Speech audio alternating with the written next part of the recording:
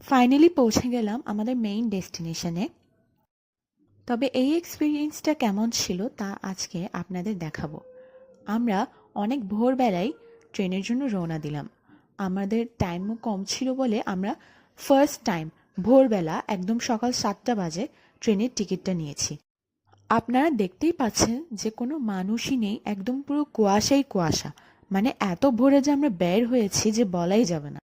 Hello guys, কেমন আছেন সবাই? এখন ট্রেন আমাদেরকে ছেড়ে যেতে পারবে না, কারণ আমরা এখন রেলওয়ে স্টেশনে পৌঁছে গিয়েছি। আপনারা দেখতেই পাচ্ছেন যে আমাদের কত বেশি লাগেজ আর ওখানে কতগুলো মানুষ, মানে ভোরবেলাও যথেষ্ট পরিমাণ মানুষই আছে। এখন আমরা ভেতরে ঢুকে গিয়েছি। আপনারা দেখতেই পাচ্ছেন যে কত ভোরবেলা এখন। এখন আমরা আমাদের ট্রেনটা খুঁজছি যে কোন ট্রেনে আমরা যাব কক্সবাজারে। ওটা খুঁজছি, খুঁজতে খুঁজতে আমরা পুরো রেলওয়ে স্টেশনটাও ঘুরছি। আর সামনেও বেশ মানুষ রয়েছে, কারণ অবভিয়াসলি সবাই কক্সবাজারে গিয়ে 31st নাইটটা করবে। আর আমরাও 31st নাইটটা করার জন্যই এত আর্লি উঠেছি। অবশেষে আমরা আমাদের ট্রেনটা পেয়েছি। ট্রেনের ভিতরের ভিউটা তেমন ভালো না, মানে মোটামুটি আছে।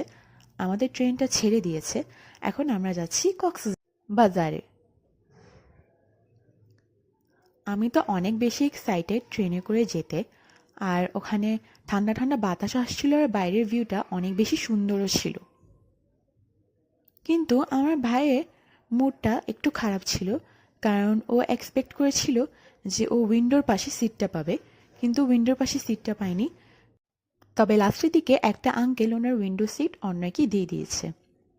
আপনারা দেখতেই পাচ্ছেন যে আমাদের কত বেশি লাগেজ আর আমরা কত কষ্ট করে যাচ্ছি। ফাইনালি আমরা কক্সবাজারে এসে গিয়েছি।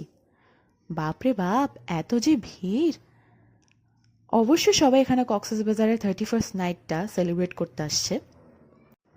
কিন্তু আমরা ভেবেছিলাম একটু আর্লি বলে তেমন ভিড় হবে না, কিন্তু এখন মনে হচ্ছে পুরো চিটাগং শহরই আমাদের সাথে এখানে এসে গিয়েছে।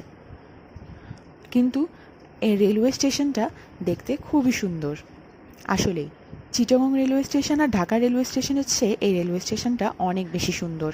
দেখে মনে হচ্ছে বাইরে থেকে যে এটা একটা এয়ারপোর্ট। এটার স্পেসও অনেক বেশি আছে। আমরা খালি হাঁটছি আর হাঁটছি, হাঁটছি আর হাঁটছি। এতগুলো লাগেজ নিয়ে আমাদের হাঁটতে বেশ কষ্টই হচ্ছে, কিন্তু বলে না, ভালো কিছু পাওয়ার জন্য একটু কষ্ট তো করতেই হবে। এখন আমরা বাইরের দিকে চলে এসেছি। ওখানে কক্সবাজারে ট্যাক্সির মতো ছোট ছোট যানবাহন রয়েছে, সেখানে আমরা আমাদের লাগেজগুলো রেখেছি।